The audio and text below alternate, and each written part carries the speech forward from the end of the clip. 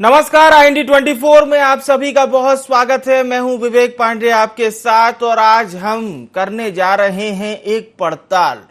मध्य प्रदेश के जबलपुर में आखिर कैसे एक अस्पताल मौत का अस्पताल बन जाता है और कैसे स्वास्थ्य व्यवस्थाओं की पोल खुलती है।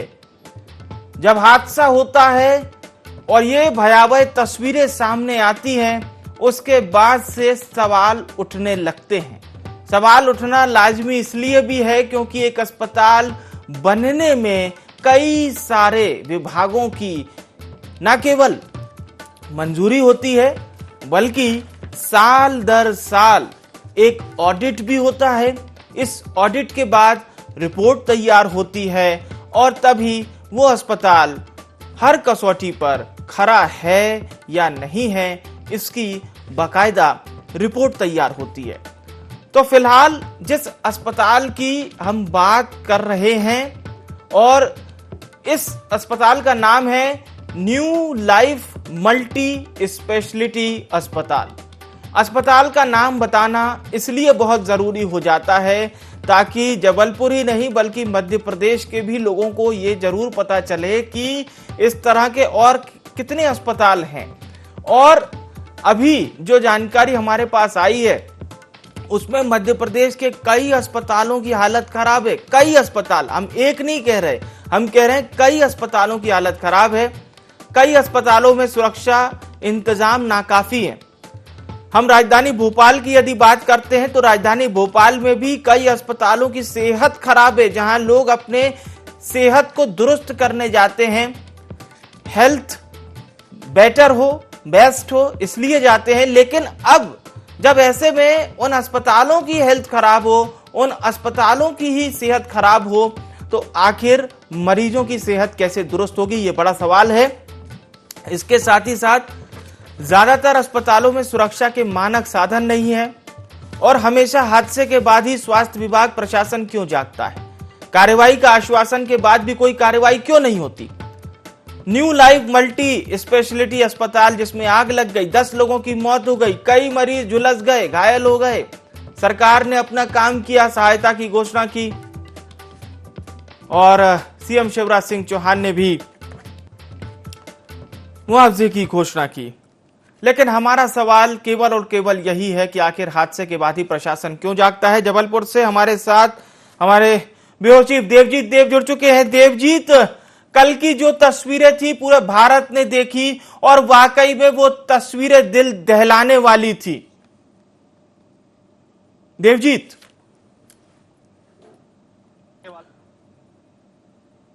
से दर्दनाक हादसा जो है यहाँ पर हुआ। फिलहाल आज जो है मैं आपको बता दूं, अभी हमारे साथ यहाँ पर देखिए पीछे जबलपुर के सांसद राकेश सिंह जी जो यहाँ पर मौजूद हैं। लगातार जो यहाँ पर वो जो मरीज हैं उनसे यहाँ पर जो है उनके हालचाल जानने के लिए यहाँ पर आए हुए हैं, उनका हालचाल जान रहे हैं। फिलहाल हमारे साथ जबलपुर सांसद राकेश सिंह जी यहाँ पर मौजूद हैं। कोशिश करूंगा मैं उनसे। जी बिल्कुल, तो ये जबलपुर की तस्वीरें हैं और आप देख सकते हैं मरीज किस तरह से बेहद मरीजों से मुलाकात कर रहे हैं। आप किस तरीके से अभी फीडबैक मिल रहा है मरीजों का? देखिए, मरीजों का इलाज तो ठीक हो रहा है। जो मरीजों ने बताया है वो इलाज में उनको दिक्कत नहीं है। एक मरीज है, उनकी बेटी कल इस हादसे में खत्म हुई है, मंडला उदयपुर के रहने वाले हैं। बाकी के उनकी जो और भी मरीज हैं, दूसरे जो मरीज महिला है उनकी भी चिंता हो रही है। एक मरीज डिस्चार्ज होकर चले गए हैं, वो स्वस्थ थे, ज्यादा उनको कोई कठिनाई नहीं। और इनके बारे में भी माननीय मुख्यमंत्री जी ने निर्देश दिए हैं।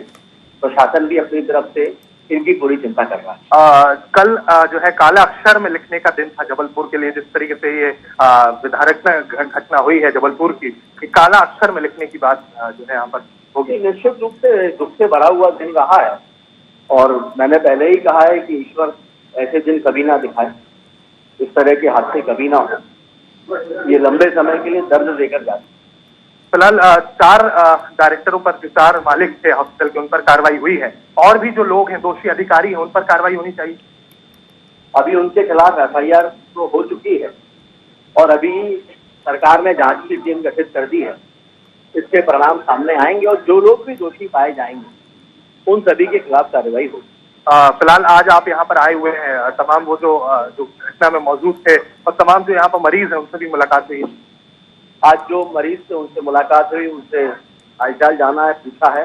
उन्होंने कहा है कि जो अभी उनका इलाज हो रहा है उससे वो संतुष्ट है, लेकिन उसमें से एक मरीज की बेटी की मृत्यु हुई है जो उसके लिए एक बड़ा दुख का कारण। उनको तो वापस हम ला नहीं सकते, लेकिन कोशिश ये जरूर है कम से कम उनका इलाज बेहतर हो जाए। सरकार भी संवेदनशील रही है राकेश सिंह जी। माननीय मुख्यमंत्री जी ने बहुत तत्परता दिखाते हुए तत्काल मुआवजे की राशि की घोषणा की, घायलों के लिए भी और जो मृतक हुए उनके लिए भी, और उसके साथ साथ उन्होंने जांच के लिए भी निर्देशित किया और उसके जो परिणाम आएंगे उसके आधार पर कड़ी कार्रवाई होगी, ये भी उन्होंने कहा है। तो माननीय मुख्यमंत्री जी और सरकार की संवेदनशीलता का ही परिणाम है कि मुआवजे की राशि भी घोषित हुई और इतने जल्दी जांच की टीम भी गठित। देखिए विवेक, मैं आपको बता दूं, ये जबलपुर सांसद राकेश सिंह जी ने बिल्कुल बिल्कुल जबलपुर सांसद को सुन रहे थे आप, जिनका ये कहना है कि सरकार संवेदनशील है, लेकिन सरकार की संवेदनशीलता और इस तरह से अस्पताल मालिकों की संवेदनहीनता, क्योंकि देखिए बहुत बड़ा सवाल ये भी खड़ा होता है कि अस्पताल जैसी जगह में यदि एक ही एग्जिट गेट होगा तो आपातकालीन व्यवस्था से आप कैसे निपटेंगे। तो केवल एक ही एग्जिट गेट था इस अस्पताल में जिसकी हम चर्चा कर रहे हैं, और साथ ही साथ सभी को पता है कि किस तरह से इस अस्पताल में आग लगी और किस तरह से लोग मौत के मुंह में फंसे थे। कुछ जिंदगी की जंग हार गए और जो लोग अभी जिंदगी की जंग लड़ रहे हैं उनमें से कुछ की हालत भी बेहद ही संवेदनशील बताई जा रही है। हालत बहुत ही अच्छी नहीं है, जो गंभीर रूप से झुलसे थे। हम उन लोगों की यदि बात करें, मध्य प्रदेश के मुख्यमंत्री शिवराज सिंह चौहान जिन्होंने प्रशासन के संपर्क में लगातार रहे, पर बहुत से ऐसे सवाल भी हैं जो इस हादसे के बाद खड़े होते हैं, बहुत सारे सवाल। तो न्यू लाइफ मल्टी स्पेशलिटी अस्पताल आखिर ये कैसे मौत का अस्पताल बना, कितने सवाल खड़े हो रहे हैं, ये तमाम वो विषय हैं जिस पर आपको आगाह करना बहुत जरूरी है, क्योंकि आमजन अस्पताल इसीलिए जाता है कि उसका इलाज बहुत ही अच्छे तरीके से हो, माकूल व्यवस्था हो। आप पैसा खर्च करते हैं, अपना समय परिजन निकालते हैं, और आप समझ सकते हैं कि क्या हालत होती होगी उन लोगों की जिन्होंने अपने परिजनों को इस तरह की आग में खो दिया। देवजीत एक बार फिर से हमारे साथ लगातार बने हुए हैं। देवजीत, जो बात जबलपुर सांसद कह रहे थे अक्षरशः सही है कि वो जो चले गए उनको वापस तो नहीं लाया जा सकता, लेकिन बड़ा सवाल ये है देवजीत, जबलपुर में एक नहीं ऐसे अनेकों अस्पताल हैं, और सिर्फ जबलपुर नहीं मध्य प्रदेश में। तो क्या ये माना जाए कि प्रशासन इसी तरह से ऑडिट करेगा, जहां पर आग लग गई वहां पर जांच बिठा दीजिए, मुआवजा दे दीजिए और बाकियों का फिर इंतजार कीजिए? मतलब ये क्या है, एक लचर व्यवस्था होती है, लेकिन ये तो मतलब गंभीरता नजर ही नहीं आ रही बिल्कुल। और कल आप बता भी रहे थे कि किस तरह से मौके पर सीएमएचओ पहुंचे ही नहीं थे। बिल्कुल विवेक, देखिए मैं आपको बता दूं कि जिस तरीके से कोरोना के बाद से जो है जबलपुर में तमाम जिस तरीके से हॉस्पिटल खुल गए हैं, हाँ। सवाल ये होता है, मैंने कल भी जिस तरीके से कहा था कि जबलपुर के सीएमएचओ मौके पर मौजूद नहीं थे। जबलपुर के सीएमएचओ ने ही इतने सारे हॉस्पिटलों को जो है आवंटन कर दिया हॉस्पिटल खोलने के लिए। सवाल अभी भी जो है अभी भी यही है कि आखिरकार सीएमएचओ पर कार्रवाई होती है या नहीं, ये देखने की बात होगी। जो कि जबलपुर के सीएमएचओ रत्नेश कुररिया, वो एक बार भी, आज भी मैं आपको बता दूं तस्वीर में हम आपने जिस तरीके देख रहे हैं आप, राकेश सिंह जी सांसद दिल्ली से जबलपुर पहुंच गए हैं, उन्होंने निरीक्षण कर लिया, और अभी भी मौके पर जबलपुर के जो सीएमएचओ है रत्नेश कुररिया, वो अभी पर यहाँ पर मौजूद नहीं है। मतलब हम कल से IND 24 लगातार कल से दिखा रहा है क्या कितनी बड़ी लापरवाही जो है यहाँ पर सीएमएचओ की नजर आ रही है। आखिरकार सीएमएचओ है कहाँ, ये अभी भी जो है IND 24 CMHO साहब से पूछ रहे आपने तमाम जनता है वो पूछ रही है कि CMHO क्या देवजीत आपने CMHO को कॉल किया, उन तक कोई संपर्क करना चाहा, मतलब क्या कुछ जानकारी मिली CMHO से संपर्क करने पर? मैं आपको बता दूं कि CMHO साहब जो है वो फोन ही नहीं उठा रहे हैं हमारा, मतलब उनको जो है कहीं ना कहीं एहसास हो गया है कि उनकी पूरी गलती है।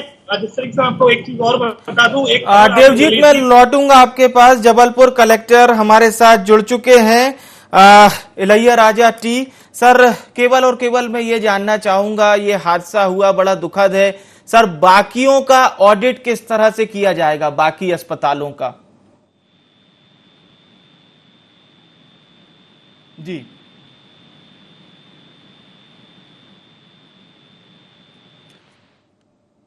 सर, मेरी आवाज अगर आप तक पहुंच पा रही हो तो किसी कारणवश उनसे हमारा संपर्क टूट गया है, लेकिन बड़ा सवाल यही है कि प्रशासनिक अधिकारी अपनी ओर से ये जो प्रयास कर रहे हैं, ये जो तमाम कोशिशें कर रहे हैं, आखिर वो जमीन तक कैसे पहुंचेगी? भोपाल का भी रुख करते हैं। भोपाल से हमारे साथ आमिर खान जुड़ चुके हैं। आमिर, हमीदिया अस्पताल का वो अग्निकांड शायद ही कोई भूला हो। हाँ, उसे कुछ महीने अवश्य हो गए, लेकिन उसे कोई भूल नहीं सकता। इंदौर में भी कमोवेश ऐसा ही कुछ हुआ था, पर बड़ा सवाल यह है आमिर कि हाई राइज बिल्डिंग हम ले लें, अस्पतालों को ले लें, अगर वहां पर ही अच्छी व्यवस्था नहीं होगी, इमरजेंसी एग्जिट के लिए केवल आप एक गेट देते हैं। ये जबलपुर का मैं आपको बता रहा हूं। देखिए, जब भी कोई हादसा होता है तब उसके बाद हाथ लेने की बात जरूर कही जाती है, और ये कुछ दिनों का ही देखने को मिलता है। जब भोपाल के कमला नेहरू अस्पताल में ये जो घटना हुई थी, उसके बाद में ये कहा गया था कि जो भोपाल में शासकीय बिल्डिंगें हैं या प्राइवेट बिल्डिंगें, बड़े संस्थान हैं, अस्पताल हैं, इन सब का फायर सेफ्टी ऑडिट कराया जाएगा। वहां देखा जाएगा उपकरण के क्या इंतजाम है, आग बुझाने के क्या इंतजाम है, और उन्होंने नगर निगम से क्या कुछ NOC ले रखी है, किस अनुमति उनको मिली है, इस सब की जांच करने की बात कही गई थी। लेकिन जिस तरह से जबलपुर में ये बड़ा हादसा हुआ, उसके बाद इन सब दावों की पोल खुलती नजर आई, क्योंकि उनको NOC तो जरूर दे दी गई थी कि अस्पताल में सुरक्षा के तय मानक इंतजाम है, लेकिन जब ये पूरी आगजनी की घटना हुई तो पूरे जो ये कहें कि NOC दी गई थी या CMHO की जो लापरवाही थी, जो या स्थानीय प्रशासन की और स्वास्थ्य महकमे की लापरवाही थी, वो एक बार में उजागर हुई है। क्योंकि अस्पताल का जब लाइसेंस भी मिलता है, ठीक है, मैं लौटूंगा आमिर आपके पास। मध्य प्रदेश शासन के पूर्व मंत्री अजय बिश्नोई जी जुड़ चुके हैं। अजय जी, बहुत ही दुखद हादसा हुआ है, लेकिन बड़ा सवाल ये बिश्नोई साहब की अन्य अस्पतालों का ऑडिट किस तरह से प्रशासन करवाएगा सर? ये बड़ा सवाल है एक। जी देखिए, ऑडिट करवाएगा एक अलग विषय हो गया जी। ऑडिट एक रेगुलर चीज है। फायर के मामले में मैं आपकी जानकारी और दर्शकों की जानकारी के लिए बता दूं जी कि फायर की जो NOC रहती है, that is only for 3 year, 3 साल के लिए एक बार होती है जी। हर तीसरे साल उसका रिन्यूअल होना चाहिए जी। यहाँ की दुखद स्थिति जो अभी तक जानकारी में आई है, ये पहली प्राथमिक उनको जो 2 साल के लिए 2022 तक के लिए मिली थी, उसके बाद उन्होंने इसकी चिंता नहीं करी जी। फिर दूसरा क्या रहता है कि हमको अपने आप को खुद को भी अपडेट करते रहना चाहिए जी। मैं अपने अनुभव से इसलिए बता रहा हूँ कि मैं भी जबलपुर में एक हॉस्पिटल चलाता हूँ, नेशनल हॉस्पिटल। मेरा बेटा भी एक अनुश्री आई हॉस्पिटल के नाम से काम कर रहा है। 2 अस्पताल हम लोगों के अपने खुद के चल रहे हैं। अभी पिछले ही महीने नेशनल हॉस्पिटल की हमने कंप्लीट ड्रिल करवाई थी फायर के मामले में, और NOC भी हमारी रिन्यू हुई थी अभी फिर अगले 3 साल के लिए। हमने एक्स्ट्रा सीढ़ी, एक्स्ट्रा लिफ्ट के अलावा 2 सीढ़ी एक्स्ट्रा प्रोविजन बना के रखे हुए हैं, एक इमरजेंसी एग्जिस्ट बना के रखा हुआ है। ये तो एक स्वाभाविक सी बातचीत है, इस चीजों को तो करना ही पड़ेगा। यदि हम ये सब नहीं कर रहे हैं तो हम भूल नहीं कर रहे हैं, अपराध कर रहे हैं, और ये अपराध में साथ देने वाले भी लोग अपराधी हैं जी। तो सिर्फ ऑडिट करने के काम इसीलिए बिश्नोई साहब मैंने आपसे ये सवाल किया, चूंकि आप इस महकमे के मंत्री भी रह चुके हैं, इसको आप बेहतर समझते हैं। सर, हमारे पास ये भी जानकारी आई कि कोरोना काल में कई ऐसे अस्पताल बन गए जो कि स्वास्थ्य मानकों पर खरे नहीं उतरते।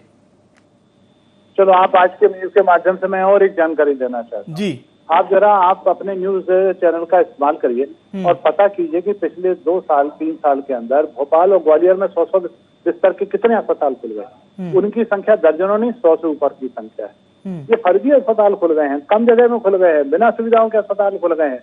न डॉक्टर है ना मरीज है, पर अस्पताल है। अस्पताल इसलिए है कि हमें नर्सिंग कॉलेज चलाना है, बहुत सी ऐसी चीजें हैं जिनकी तरफ सरकार को भी ध्यान देना चाहिए। और आज जैसे जागरूक मीडिया का लोगों का कर्तव्य बनता है, उस तरफ सरकार का ध्यान और पब्लिक का ध्यान आकर्षित करें। अस्पतालों के मामले में जहां तक है, जहां लोगों की जान माल का सवाल है, उस जान के साथ खिलवाड़ करने का अधिकार किसी को भी नहीं है।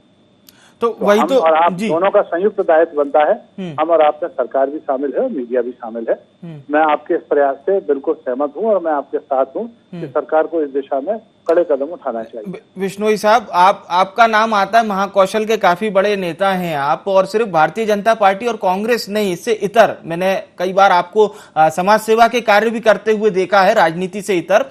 तो सर, सरकार से तो आप भी आग्रह कर सकते हैं, मुख्यमंत्री शिवराज सिंह चौहान से बातचीत कर सकते हैं, स्वास्थ्य मंत्री से, इस दिशा में सर कुछ आपका कार्य रहेगा? मुख्यमंत्री जी से मैं उनको मुख्यमंत्री जी से आज की अपनी मुलाकात में इस विषय पर भी चर्चा निश्चित रूप से करूंगा। जी, चलिए, बहुत बहुत शुक्रिया अजय विश्नोई जी हमारे साथ जुड़ने के लिए। और जो बात आपने कही है वो निश्चित तौर पर बहुत ही गंभीर बात है कि कोरोना काल में आखिर इंदौर, ग्वालियर, जबलपुर क्षेत्र में एकाएक इतने अस्पताल कैसे खुल गए जो स्वास्थ्य मानकों पर ही खरे नहीं उतरते, जहां लोग अपने स्वास्थ्य का इलाज करवाने जाते हैं, अपने बॉडी का इलाज करवाने जाते हैं। अगर उन अस्पतालों की सेहत ही इतनी खराब होगी तो आप समझ सकते हैं वहां पर मरीजों का क्या हाल होगा। आमिर लगातार हमारे साथ बने हुए हैं। आमिर, आपने बड़ी अच्छी बात शुरुआत में कही थी कि अक्सर जब यह हादसा हो जाता है उसके बाद ही सब कोई चौकस हो जाते हैं, प्रशासन भी तभी जागता है, तमाम ऑडिट रिपोर्ट पर भी तभी चर्चा होती है, लेकिन उससे पहले सब ऐसा लगता है कि कुंभकर्णी नींद में मस्त सो रहे हैं। देखिए, ये सच भी है कि और हादसा जब हो जाता है उसके बाद जरूर ये कहा जाता है कि अब सबक लिया जाएगा, लेकिन इन सब को ये कहें कि इन सब की हकीकत तो तब उजागर हुई जब ये जबलपुर अस्पताल में ये पूरा मामला सामने आया। और ये जो दुखद घटना हुई उसके बाद जो एनओसी थी वो सीएमएचओ ने जारी कर दी। जाहिर है कि सीएमएचओ ने जो एनओसी जारी की उसमें फायर सेफ्टी के इंतजाम होने की बात बिल्कुल आमिर, कंटिन्यू करेंगे हम।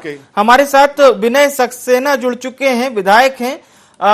सक्सेना साहब, जबलपुर में और भी कई ऐसे अस्पताल हैं, और सिर्फ जबलपुर में नहीं अन्य जिलों में भी, जहां पर सुरक्षा मानक के पूरे प्रबंध नहीं है, पूरी व्यवस्था नहीं है।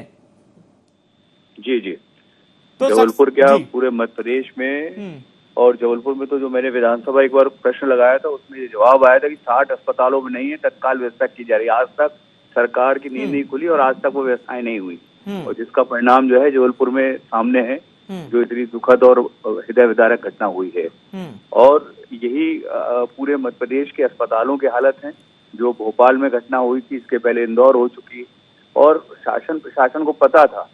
ये सिर्फ अकेले अस्पतालों के साथ साथ जो मल्टी स्टोरेज जो बिल्डिंग्स बन रही जबलपुर में, इनको पता है कि नगर निगम के पास संसाधन नहीं है, फायर सूट नहीं है, फायर सेफ्टी सिस्टम जो है उसके टेस्टिंग नहीं है। उसके बावजूद भी लगातार गलतियां होती चली जा रही हैं, और जिसके दुष्परिणाम पूरे मध्य प्रदेश में देखने मिल रहे हैं।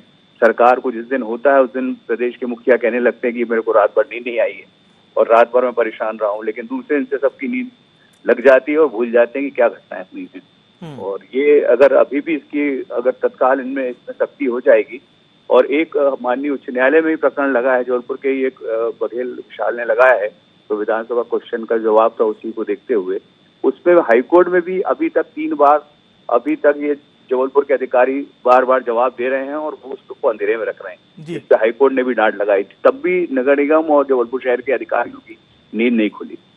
ये है सच्चाई हालात। सक्सेना जी, हमारे जो जबलपुर संवाददाता है उन्होंने तो ये भी बताया कि सीएमएचओ अभी तक मौके जो स्थल है वहां पर पहुंचे ही नहीं है, उन्होंने एक बार भी वहां जाना जरूरी नहीं समझा। हम लोग तो तत्काल पहुंच गए। मैं तो भोपाल जा रहा था, रास्ते से लौटा हूँ। तत्काल फायर ब्रिगेड भेजी, सबसे पहले खबर करके भिजवाई, एम्बुलेंस भिजवाई, उसके बाद महापौर को सूचना दी तो वो तत्काल पहुंच गए। मैंने कहा आप पहुंच जाओ, मैं भी आ रहा हूँ लौट के। लेकिन सीएमओ जिन्होंने खुद स्वीकृति दी और नगर निगम को इसके पहले पता था कि उसकी फायर सेफ्टी नहीं है। अच्छा, सबसे बड़ी महत्वपूर्ण बात यह है कि एक 2000 स्क्वायर फुट की बिल्डिंग में एक ही एंट्रेंस है, एक तरफ बस और हवाई जहाज में बाहर निकलने की इमरजेंसी डालने की बात होती है, लेकिन इतनी अस्पताल जहां मरीजों की जान जोखिम में जा सकती है, वहां पे एक सिर्फ एंट्रेंस गेट है और उसी से जाना है, उसी हमने सीढ़ी में ऊपर चढ़ने की रास्ता है और वहीं से वापस आना है। उसकी अनुमति कैसे हो गई, ये सबसे महत्वपूर्ण बात है। इसलिए जो राजनीतिक ताकतें थी उनका भी खुलासा होना जरूरी है कि किन इस दबाव में आके कोरोना के समय में सरकार के तो हाथ पांव फूल गए थे, आंखें बंद करके स्वीकृतियां दे दी गई, लेकिन उसके बाद जब कोरोना की कमी हुई तब तो कम से कम सख्ती बरतने की आवश्यकता थी कि उनको नियमों का पालन कराया जाए और इससे से मुंह खेलना चाहिए। और ये सब जानते हुए सरकार को पता था, प्रदेश के मुखिया को पता था, उसके बावजूद गलतियां होती चली गई और जिसके दुष्परिणाम लगातार सामने आ रहे हैं। मतलब सर ये तो जिला प्रशासन पर सीधे तौर पर सवाल खड़े होते हैं, क्योंकि ये सर जाहिर सी बात है, इसमें नगर निगम होता है, जिला प्रशासन के भी कई विभाग आते हैं और सबकी इन्वॉल्वमेंट होती है, उसके बाद ही किसी अस्पताल को अस्पताल बनने की पात्रता मिलती है। तो रहूं जबलपुर के कलेक्टर, नगर निगम कमिश्नर, जबलपुर के संभागायुक्त और जबलपुर के सभी जिम्मेदार विभाग जो हैं, चाहे वो फायर ब्रिगेड से लेके, सबकी अनुमतियां लगने के बाद इस तरह की स्वीकृति होती है सीएमएचओ के द्वारा।